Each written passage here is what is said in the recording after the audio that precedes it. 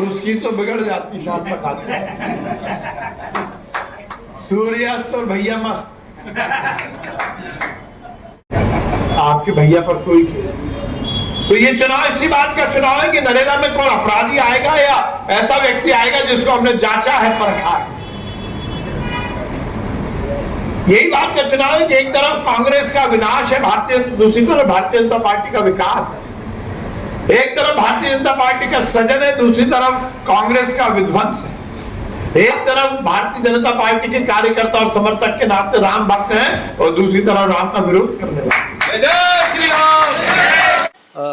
भाई उम्मीदवार खड़े हैं विश्वास जी सारंग, उनको भारी बहुमत से जिताने के हिसाब से भी है। धोबी समाज की करीबन 35 से 40 लाख के बीच है।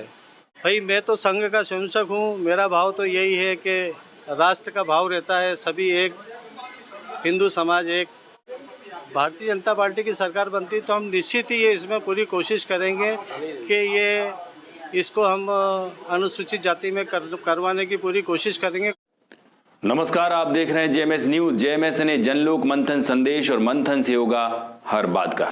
जेएमएस न्यूज पर ब्रेकिंग न्यूज भोपाल से, जहां नरेला विधानसभा के अंतर्गत राजू मालवीय के निर्देशन में सर्व रजक समाज की लोगों ने की बैठक।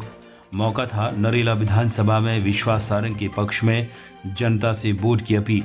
साथ ही नए बने रजक समाज कल्याण बोर्ड में राज्य मंत्री दर्जा प्राप्त महेश ढालिया का स्वागत। इस मौके पर महेश ढालिया ने कहा वो स्वयं सेवक रहे हैं और उनका लक्ष्य राष्ट्र सेवा का है। पिछले 60 वर्षों से लंबित मांग रजक समाज को पूरे मध्य प्रदेश में अनुसूचित जाति में लाने का उनका भरकस प्रयास रहेगा। महेश ढालिया ने कहा पूरे प्रदेश में 35 लाख लोग रजक समाज के हैं। कुछ लोगों ने सवाल किया कि सरकार वोट के लिए रजक समाज का उपयोग करती है। 35 लाख लोग यदि मध्य प्रदेश में रजक समाज के हैं तो एक व्यक्ति को भी विधानसभा का टिकट न कांग्रेस से मिला न ही भारतीय जनता पार्टी से। आज की बैठक हमारे जो भाई उम्मीदवार खड़े हैं विश्वास जी सारंग, उनको भारी बहुमत से जिताने के हिसाब से भी है और दूसरी हमारे समाज के अंदर एक एकता का भाव और एकता काफ़ी अच्छी ढंग से बने, इसके लिए हमारे राजू भाई धन्यवाद के पात्र हैं जिन्होंने ये कोशिश करी और इसी कोशिश को मैं भी आगे बढ़ाऊंगा। बहुत बढ़िया। राहुल गांधी देश में जातिगत जनगणना की मांग कर रहे हैं, तो आप अपनी मांग से सहमत हैं या फिर आपके पास कुछ आंकड़ा है मध्य प्रदेश में लोगों संख्या की कितनी आबादी होगी? धोबी समाज की करीबन 35 से 40 लाख के बीच है। तो आप राहुल गांधी की बात मतलब मांग से सहमत है कि जातिगत जनगणना होनी चाहिए? ये चीज़ें तोड़ती है, जोड़ती नहीं है। हमारा भारत देश एक है और एक ही रहना चाहिए, ये चीज़ें इंसान को अलग करती है। लेकिन जातिगत के हिसाब से ही तो आपका जोर मांगे आ रहे हैं। भाई मैं तो संघ का स्वयंसेवक हूँ, मेरा भाव तो यही है कि राष्ट्र का भाव रहता है, सभी एक, हिंदू समाज एक, यही भाव। रजक समाज का जो पिछला सबसे बड़ी मांग है कि पिछले कई वर्षों से अनुसूचित जाति में पूरे मध्य प्रदेश में नहीं आ पा रहे हैं, जिसको लेकर के आपकी क्या रणनीति रहेगी यदि भारतीय जनता पार्टी की सरकार बनती है तो?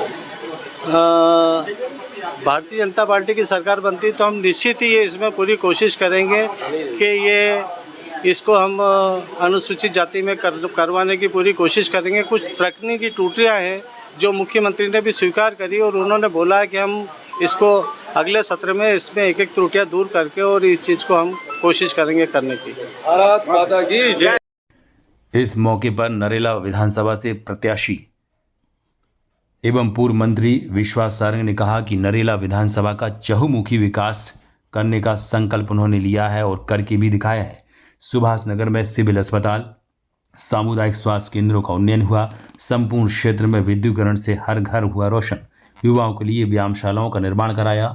नरेला को सीएम राइज स्कूलों की सौगात भी मिली है। करोंद को मिला है कन्वेंशन सेंटर की सौगात। विश्वास के जनदर्शन से जनता की समस्याओं का लगातार समाधान हो रहा है। साथ ही सांस्कृतिक मंचों का निर्माण भी विश्वास सारंग की विधायक निधि से नागरिकों को मिला है। साथ ही नरेला को कॉलेज की सौगात भी मिली है। विश्वास सारंग के प्रयास से नरेला को शासकीय कॉलेज की सौगात मिली है।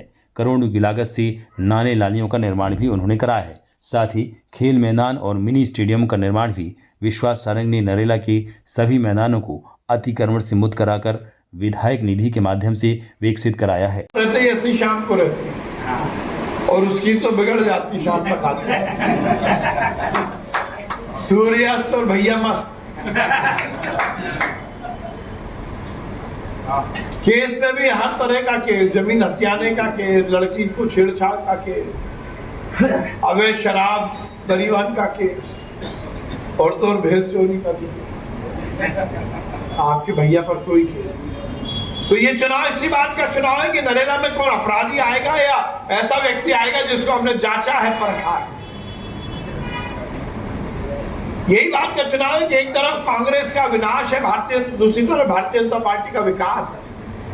एक तरफ भारतीय जनता पार्टी का सृजन है, दूसरी तरफ कांग्रेस का विध्वंस है।